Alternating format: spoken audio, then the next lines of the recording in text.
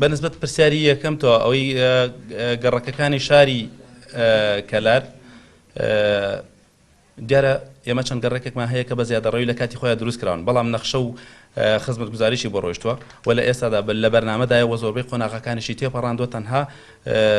ڕێنمایەکەی ماوە بۆ تاپۆکردنی ئەو گەڕەکانە کە 5 گەڕەکن و دڵنیاتانەکەمەوە کە لە داهاتوێکی نزیکدا تاپۆکردنی ئەو گەڕەکانە چێتە بواری جێبەجێکردنەوە بەنسبەت شاری یاری کەلارەوە دیارە ئەو پرۆژەی کە دیارە دروستەکرێ و هیچ مخالفە نیە و هیچ زیادەڕەویش نییە